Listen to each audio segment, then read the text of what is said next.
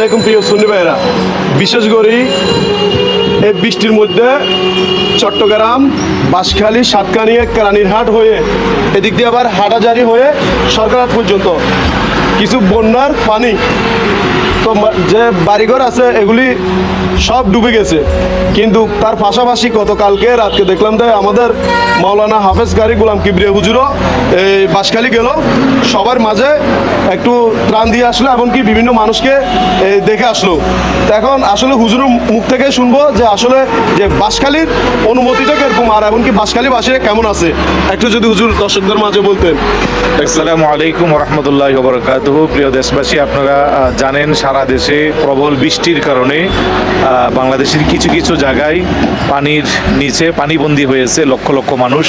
তার মধ্যে চট্টগ্রামের দক্ষিণ চট্টগ্রাম, বিশেষ করে বাঁশখালী, পেকুয়া, সাতকানিয়া, লোহাগাড়া আংশিক আরও কিছু এলাকায় মানুষরা জলাবদ্ধতার কারণে অনেকে বাড়িঘর ছাড়া বিভিন্ন জায়গায় আশ্রয় নিয়েছেন। অনেকের বাড়িঘর ভেঙে গিয়েছে, মানে থাকার পরিবেশ নাই, প্রায় কোমর সমান পানি অনেকের ঘরে আছে।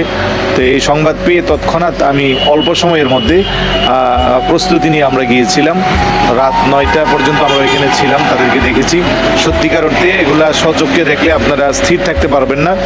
যারা এক সপ্তাহ আগেও যার যার ঘরে খুব ভালোভাবেই তাদের জীবনযাপন করছিল, হঠাৎ করে আল্লাহর এই ফাইসালা, অনেকে বাড়িঘর ছাড়া অনেকের বাড়িঘর ধসে গেছে। যেহেতু এলাকার বেশিরভাগ বাড়িগুলো, ঘরগুলো মাটির ছিল, তো সেগুলো সব ভেঙে গেছে এবং ওনাদের যে ফসলি জমিও পানির নিচে আছে।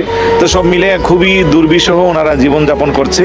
তো আমরা আমাদের আপন আপন স্থান থেকে আমি আপনাদেরকে অনুরোধ করব যে যেভাবে পারেন তাদের পাশে দাঁড়াবেন, যার যার সহযোগিতার হাতকে আপনারা প্রসারিত করবেন। কারণ মানুষ মানুষের জন্য, যে মানুষগুলো হয়তো সাময়িকভাবে একটা অসুবিধায় পড়ে গেছে। তো আমরা সবাই যার যার অবস্থান থেকে তাদের পাশে দাঁড়াবো ইনশাল্লাহ। বিশেষ করে আমাদের ড্রাইভার বাবর, তাকেও ধন্যবাদ জানাচ্ছি।